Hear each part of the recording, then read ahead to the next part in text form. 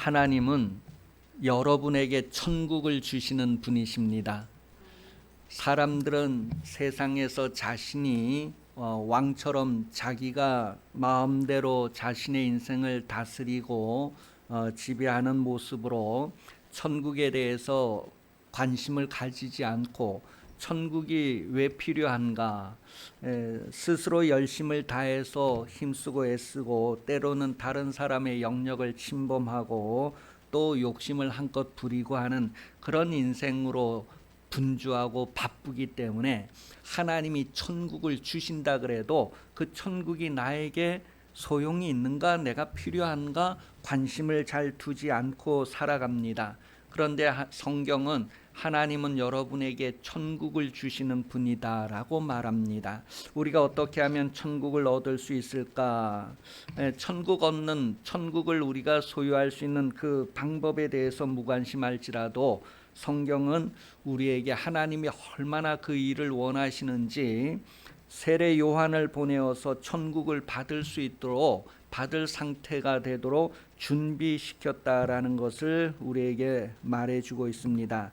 마태복음 3장 1절에서 3절 말씀을 보면 세례 요한은 예수님보다 이제 6개월 먼저 태어나서 예수님이 오시는 그 길을 준비하라고 하는 그런 삶을 나타내주고 있습니다. 그래서 주의 길을 준비하라, 주님이 오시는 길을 곧게 하라, 그런 내용을 전파했다고 기록하는데, 주의 길을 예비한다는 것이 어떤 뜻일까? 주님이 오시는 길을 고르게 한다, 곧게 한다는 것이 무슨 뜻일까? 그랬을 때 마태복음 3장 5절에서 12절에 보면 구체적으로 이렇게 소개를 해주고 있습니다. 마태복음 3장 5절에서 12절의 말씀을 보면 먼저 주의 길을 예비한다, 주님이 오실 길을 곧게 하라고 하는 말이 어떤 것을 말하는가 했을 때 6절에 보면 자기들의 죄를 자복해야 된다라고 말하고 있습니다. 죄를 자복하고 세례를 받아야 된다고 말합니다. 죄를 자복한다라고 하는 말의 의미는 자신이 지금까지 한 일에 대해서 그대로 말하라는 뜻입니다. 자복한다는 것은 내가 지금까지 이렇게 했습니다 하는 것을 그대로 내 입으로 그대로 말하라는 거예요. 그렇게 말하고 난 사람들에게 이 사람은 자복했습니다 하는 그런 표시로서 요한의 물 세례를 받게 되었다라는 것을 말하고 있습니다. 삶을 그대로 하나님 앞에 고백하고 드러내는 거예요. 하나님, 내 과거가 이렇습니다. 그 과거는 내가 만족하는 과거가 아니라는 거예요. 후회가 있고 아쉬움이 있고 고쳤으면, 다시 산다면 그렇게 안 살았으면 하는 그런 내용들이라는 거예요. 그렇게 해서 성경은 자복한 사람들의 모습을 우리에게 보여주는데, 누가복음 18장 13절에 보면 이 자복하는 사람의 모습이 어떠한가를 보여줍니다. 여러분도 한번 여러분 자신을 이렇게 비춰볼 수 있기 바랍니다. 누가복음 18장 13절입니다. 세리는 멀리 서서 감히 눈을 들어 하늘을 쳐다보지도 못하고 다만 가슴을 치며 이르되 하나님이여 불쌍히 여기소서, 나는 죄인이로소이다 하였느니라. 바리새인과 세리가 성전에 나가서 하나님 앞에 이제 기도하는 내용 가운데의 한 부분입니다.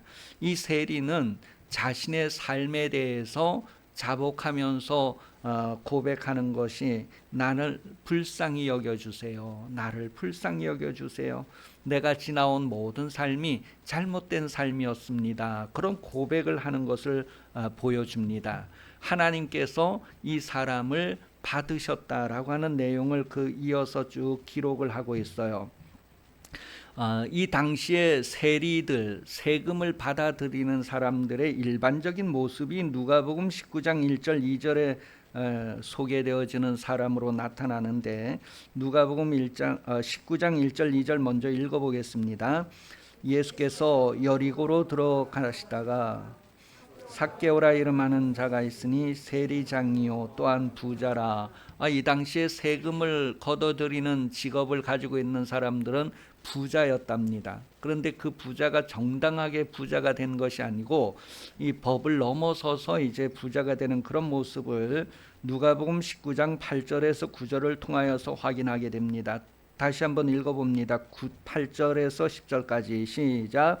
삭개오가 가서 주께 여짜오되 주여 보시옵소서, 내 소유의 절반을 가난한 자들에게 주겠사오며 만일 누구의 것을 속여 빼앗은 일이 있으면 내 갑절이나 갚겠나이다. 예수께서 이르시되 오늘 구원이 이 집에 이르렀으니 이 사람도 아브라함의 자손이미로다. 인자가 온 것은 잃어버린 자를 찾아 구원하려 함이니라. 이 당시에 이제 세리들은 자신의 그 부요함이 세금을 많이 거두는 데에서부터 시작되었다라는 것을 우리에게 보여주는 내용입니다. 그래서 삭개오가 자기가 이제 잘못된 삶을 돌이키고 회개할 때에 자기 소유의 절반을 내놓겠다라고 하는 것은 자기가 그동안에 법을 넘어서서 받았던 모든 것들을 다시 환원해 주겠다, 그런 내용인데, 이것은 삭개오만의 모습이 아니라 그 당시에 세금을 받아들이던 사람들이 세금이 100원이면 200원, 300원 그렇게 받았다는 거예요, 일반적으로. 그리고 이제 그렇게 하는 일에 있어서 주로 이제 속여서 빼앗았다라는 표현으로서 이렇게 그 삶의 모습을 우리에게 보여주고 있습니다. 이런 세리들이 천국을 받아들이기 위해서는 자신들의 삶을 자기들의 입으로 그대로 말해야 된다는, 그것을 자복한다라고 말합니다. 이렇게 자기의 지나온 삶을 자복하게 되면 하나님께서 불쌍히 여겨 주신다는 거예요. 잠언 28장 13절에 보면 자기의 죄를 숨기는 자는 형통하지 못하나 죄를 자복하고 버리는 자는 불쌍히 여김을 받으리라.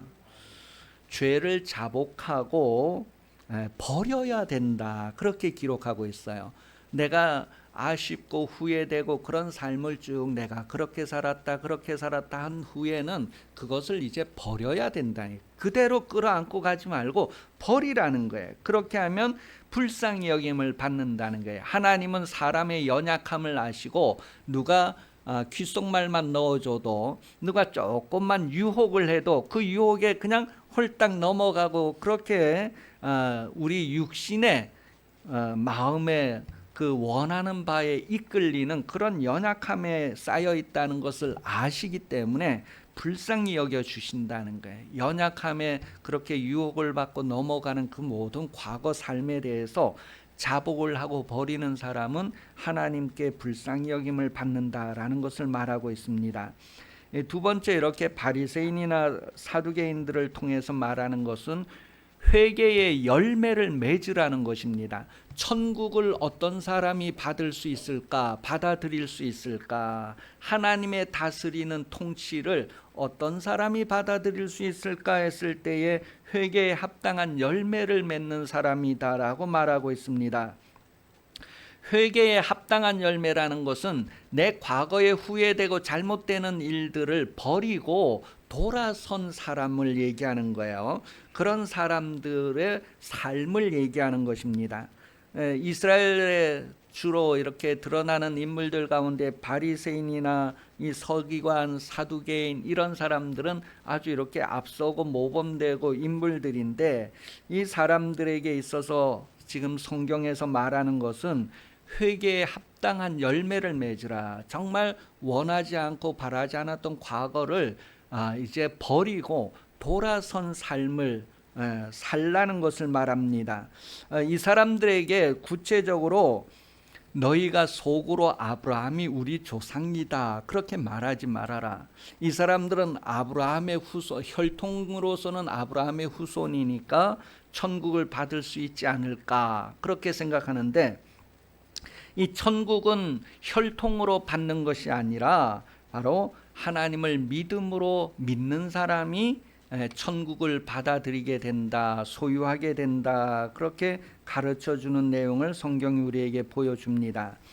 그렇게 해서 좋은 열매를 맺으라. 좋은 열매를 맺지 아니하면 버려짐을 당하게 되는데, 좋은 열매는 바로 말씀대로 사는 것을 얘기하고 있습니다. 성경은 누가복음 3장 11절에서 14절에 보면 말씀대로 사는 모습이 어떤 모습인가, 회개에 합당한 열매를 맺는 모습이 어떤 모습인가를 보여주는데, 먼저 3장 11절에 보니까 대답하여 이르되 옷 두 벌 있는 자는 옷 없는 자에게 나누어 주라.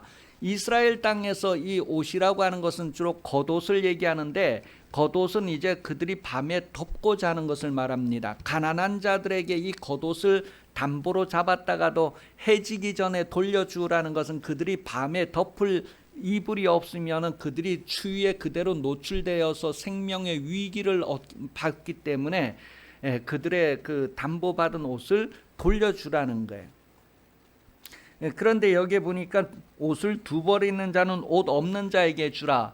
원래 모든 사람은 다 자기의 몫이 있는데 그 몫 이상을 지금 내가 가지고 있다면 그것을 누려야 하는 사람들이 그것을 누리지 못해서 생명의 위기를 맞게 된다고 하는 의미에서 두 벌 있는 자는 없는 사람에게 빨리 나누어 주라는 거예요. 그런 삶이 바로 회개에 합당한 삶이다.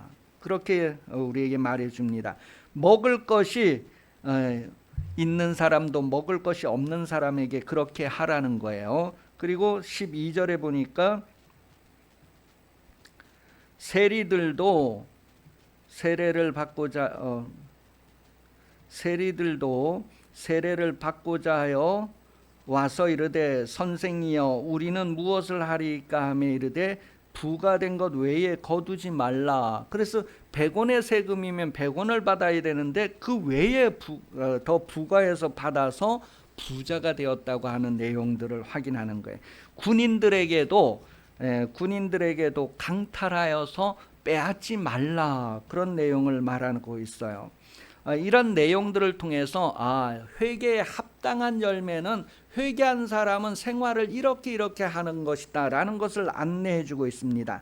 고린도후서 5장 10절에서 11절 말씀에도 보면 탐하는 자, 속여서 빼앗는 자, 그 다음에 도둑이나 탐욕을 부리는 자, 빼앗는 자, 이런 사람들에 대한 표현을 하면서 그런 삶을 살면 하나님의 나라를 유업으로 받을 수 없다. 하나님의 나라, 천국을 소유할 수 없다. 그렇게 선언을 하고 있어요. 그러니 천국을 소유하려면 삶을 돌이켜야 된다. 회개해야 된다. 바꾼 삶을 살아야 되는, 새로운 방향으로 삶을 살아야 된다. 그것이 곧 하나님의 말씀대로 산다는 거예요. 하나님의 말씀을 배반하고 떠났던 사람들에게 다시 돌이켜서 하나님의 말씀대로 살라고 하는 것을 이사야서 58장 7절에서 11절을 통하여서 우리에게 보여주고 있습니다. 회개에 합당한 열매, 곧 좋은 열매를 맺으려면 버릴 것을 버리고 그칠 것을 그쳐야 한다, 그렇게 말하는 거예요. 반복하는 것이 아니라 버릴 것은 버리고 끝낼 것은 끝내야 된다. 이사야서 1장 16절 너희는 스스로 씻으며 스스로 깨끗하게 하여 내 목전에서 너희 악한 행실을 버리며 행악을 그치고, 버릴 것을 버리고 그칠 것을 그쳐야 된다. 그런데 이게 잘 될까요? 잘 안 된다는 거예요. 잘 안 되니까 여러분 인생을 살면서 버릴 것을 버리고 그쳐야 할 것을 그쳐야 되는데 그것이 잘 안 돼서 우리가 누군가를 만나는데 그 만남이 바로 결혼이라는 거예요. 부부라고 하는 관계를 통해서 남편과 아내로 서로 만나게 하시는데 배우자는 내게 있는 나쁜 것을 버리고 나쁜 것을 그치게 하는 그러한 일을 하라고, 그러한 것을 도와주라고 하나님이 나에게 보내신 사람이다라는 뜻이에요. 그래서 회개는 모든 악하고 불의한 데서 하나님께로 돌아오는 것입니다. 이 일을 하는 데 있어서 서로 부부로 살게 하시고 부모와 자녀로 살게 하신다는 거예요. 여러분 한번 여러분들의 가정 생활을 쭉 돌아보시고 자녀를 양육하는 삶을 돌아보시기 바랍니다. 내가 버려야 할 것을 버리게 하고 내가 그만두어야 할 것을 그만두게 하라고 내 앞에 배우자와 가까운 가족들을 둘러주시고 친척을 둘러주시고 내 이웃들을 둘러주셨다는 거예요. 그들을 통하여서 하나님께서 하시는 일을 내가 느끼지 못한다면 내가 태어나서 내가 지금까지 살아오는 내 모습 그대로 끝까지 간다면 하나님의 나라를 받아들이기에 문제가 된다는 것을 알게 해줍니다. 그렇게 해서 회개는 우리가 하나님을 멀리 떠났던 데에서 하나님께로 돌아온다고 하는 그런 의미를 가지고 있다. 이사야서 55장 7절에 보면 악인은 그의 길을 불의한 자는 그의 생각을 버리고 여호와께로 돌아오라. 그리하면 그가 긍휼히 여기시리라. 우리의 하나님께로 돌아오라. 그가 너그럽게 용서하시리라. 여러분은 스스로 생각할 때 나는 하나님께 돌아갈 필요 없다. 나는 하나님께 돌아갈 정도로 내가 뭐 그렇게 삶을 살지 않았다. 그렇게 하는 그 생각을 버려야 되는데 그 생각을 아직까지 안 버린 사람들이 예수 안 믿는 사람들이고 예수 믿으면서도 아직까지 그런 생각을 가지고 있는 사람도 있을 수 있단 말이에요. 그런 사람들은 하나님의 나라를 유업으로 받을 수 없다는 것을 성경 말합니다. 세례 요한이 와서 물 세례를 줄 때에 그러한 삶에서부터 돌아서라는 거예요. 그래서 돌아선 사람들에게 당신은 이제 돌아섰습니다 하는 그런 표시로서 물 세례를 주었다라는 것을 말합니다. 계속해서 성경은 우리에게 에스겔서를 통하여서 우리의 삶이 달라져야 할 것을 말하고 있습니다. 그러니 남편은 아내를, 아내는 남편을, 부모는 자식을, 자식은 부모가 하나님께로 돌아오게 하는 그러한 사명이 있다는 것을 다시 한번 확인을 하면서 그래도 안 돌아오면 어떻게 해야 될까요? 이것은 그쳐야 되는데, 이렇게 하면 안 되는데, 이것은 버려야 되는데, 그렇게 가족들을 통하여 가까운 사람들을 통하여서 버리고 하나님께로 돌아오라고 하는데도 안 돌아와요. 그럼 어떻게 해야 될까요? 성경은 로마서 8장 26절을 통해서 돌아올 때까지 울면 된다 그렇게 말하고 있습니다. 여러분도 세상에 살 때 여러분이 하나님께로 돌아오게 하시려고 예수님이 우셨다는 것을 말해요.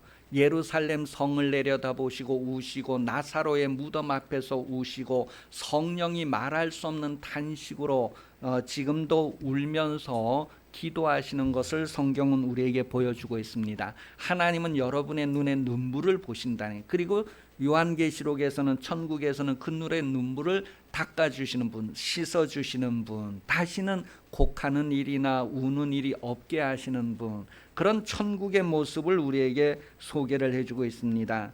여러분이 이 땅에 사는 동안에 하나님은 여러분에게 돌아오라고 하십니다. 가장 가까운 사람을 통하여.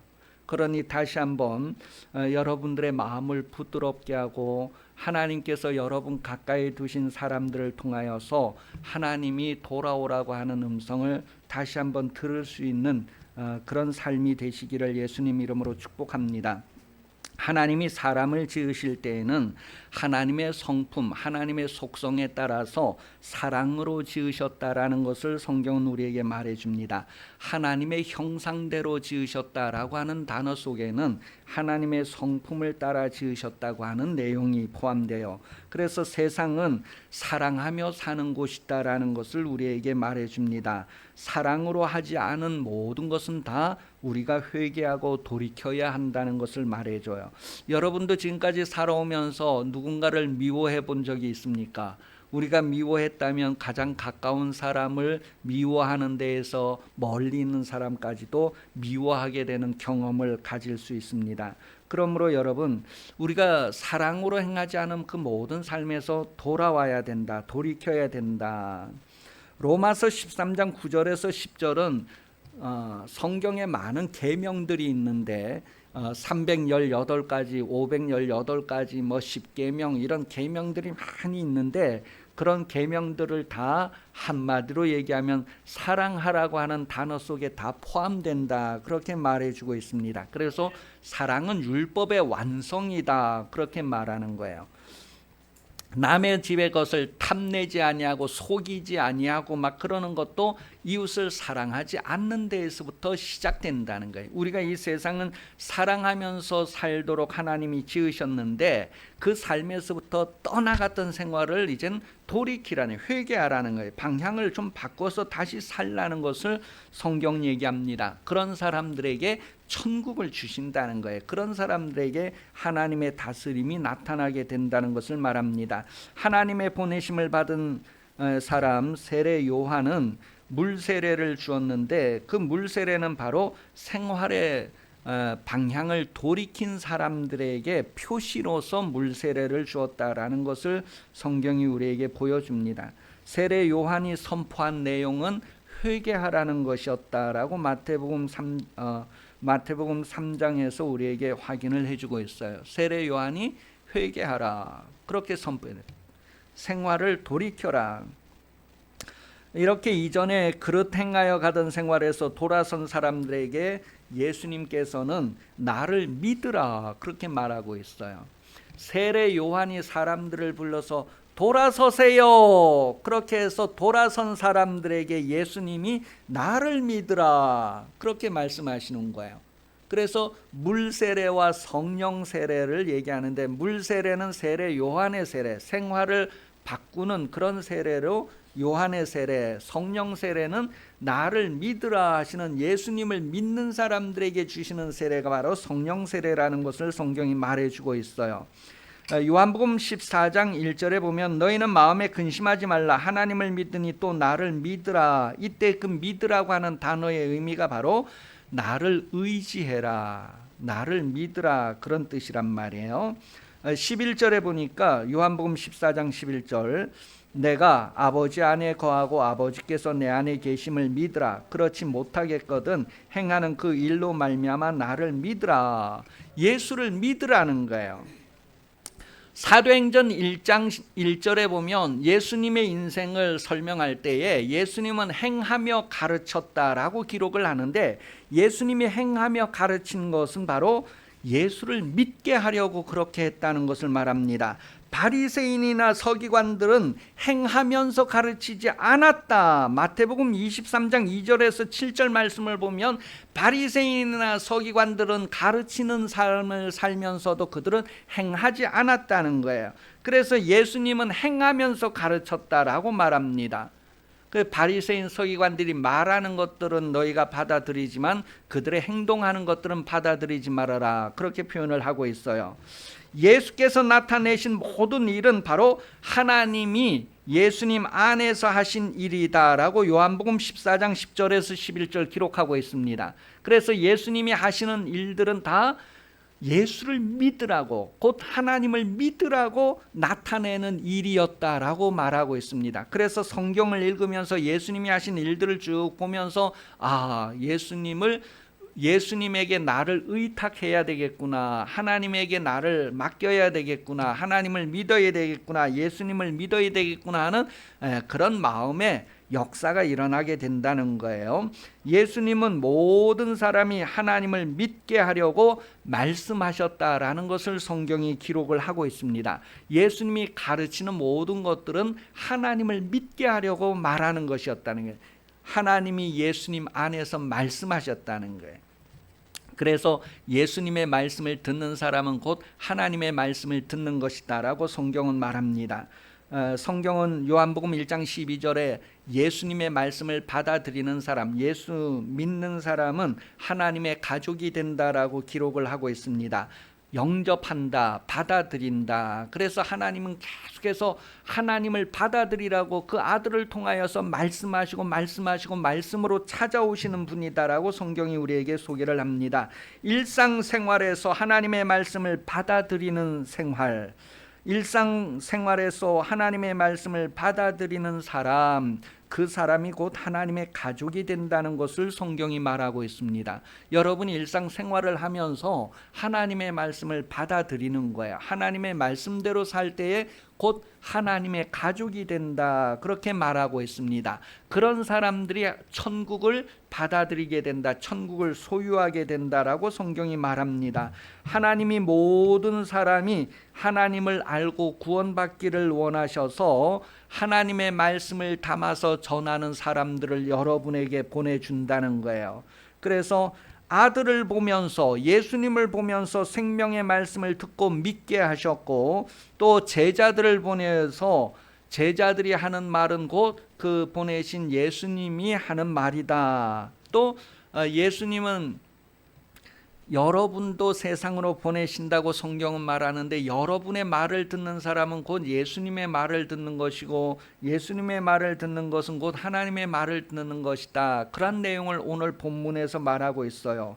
생명을 얻고 구원을 받으려면 하나님의 말씀을 받아들여야 된다는 거예요. 어떤 전도자를 통해서 말씀을 받아들이든지 그를 보내신 예수님의 말씀을 받아들이는 것이고, 예수님을 받아들이는 것은 그를 보내신 하나님을 받아들이는 것이다. 그렇게 해서 보냄을 받은 자는 누가 보냈느냐가 중요하다는 거예요. 누가 보냈느냐, 하나님이 보내셨다는 거예요. 그리고 이 전도자가 하는 말이 누구의 말이냐 했을 때 하나님의 말이다라는 것을 오늘 성경이 우리에게 말해주고 싶어합니다. 하나님의 말씀을 받아들인 사람에게는 상이 있다, 보상이 주어진다는 거예요. 보상. 그것을 성경은 영생이다 말하고 곧 하나님의 나라를 주시는 것이다 라고 말하고 있습니다.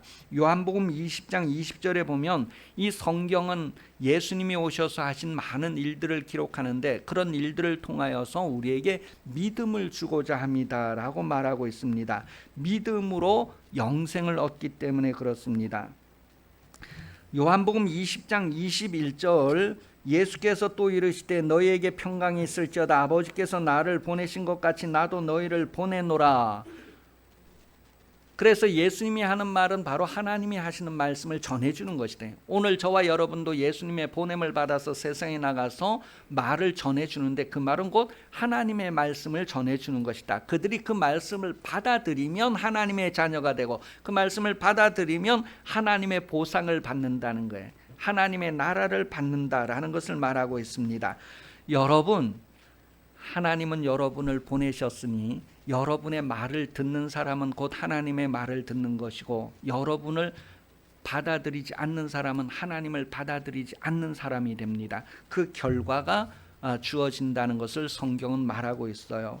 할 수 있는 대로 이 땅에 사는 동안에 하나님의 보내셨다, 하나님의 보내심을 받은 사람이다. 나는 남편에게, 아내에게, 자녀에게, 부모에게, 이웃들에게, 친척들에게, 내가 만나는 사람들에게 하나님의 보내심을 받은 사람이다. 그렇게 해서 하나님의 말씀을 나타냄으로 말미암아 그 말씀을 받아들이는 사람이 영원한 생명을 얻는다, 천국을 얻는다라는 내용들을 기억하시고, 여러분의 삶의 순간순간들을 정말로 아주 가치가 있고 의미 있는 삶으로 쓰여지고 있다고 하는 데 있어서 여러분 자신을 다시 한번 일으키시고 쓰임받는 그런 삶을 살 수 있기를 예수님 이름으로 축복합니다. 기도하겠습니다. 하나님 아버지, 우리가 육신으로 살면서 예수 믿게 해주셔서 감사합니다. 예수의 말씀을 받아들이고 하나님의 자녀가 되고 성령을 받고 천국을 소유할 수 있게 해주신 것을 감사합니다. 이제는 이것이 나만을 위한 것이 아니라 이 땅에 사는 모든 사람을 위한 것이라는 것을 알고 드러내게 하시고 전하게 하셔서 많은 사람들이 하나님의 말씀을 듣고 영생을 얻고 하나님의 나라를 소유하는 데 하나가 되는 일들이 일어나게 하여 주옵소서. 이 일을 위하여 우리를 먼저 부르시고 먼저 깨닫게 하셨으니 이러한 하나님의 은혜가 헛되지 않는 인생을 살게 하여 주시옵소서. 다시 오시는 예수 그리스도께서 은혜 베풀어 주시며 하나님 아버지의 사랑하심과 성령 감동하시고 도우시는 은총이 통일주일 오전 예배 참석하여 머리 숙인 성도들을 위해 영원토록 함께 하시기를 간절히 축원하옵나이다. 아멘.